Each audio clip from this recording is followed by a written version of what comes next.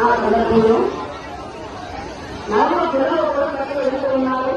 రామారామ అంటూ భజన మహారాజు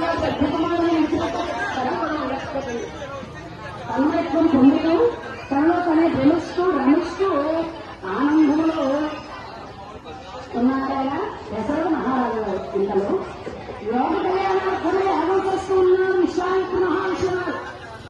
ఉరికి రావడం గమనించారు విశ్వామిత్ర మహర్షి గారు. ఆయన అది భయంకరంగా కాబట్టి మారీచ సుబాహుల తల్లి తాటిని మధించు అన్నారు గురువుగారు. గురువుగారి మాట ఉన్నటువంటి రామభద్రుడు వెళ్ళి రామూర్తి ఆ యొక్క బాధి అనే రాక్షసి ఒకే ఒక్క బాణంతో నేల కొలిచాడు. అంటే రాక్షస సంహారం అండి. ఎన్ని చూసి ఉన్నారు మారీచ సుబాహుల రాక్షసు ఎప్పుడైతే చూస్తున్నారు వ్యాధి ఫలితాలుగా చక్కగా అయోధ్యకు వస్తున్నారండి.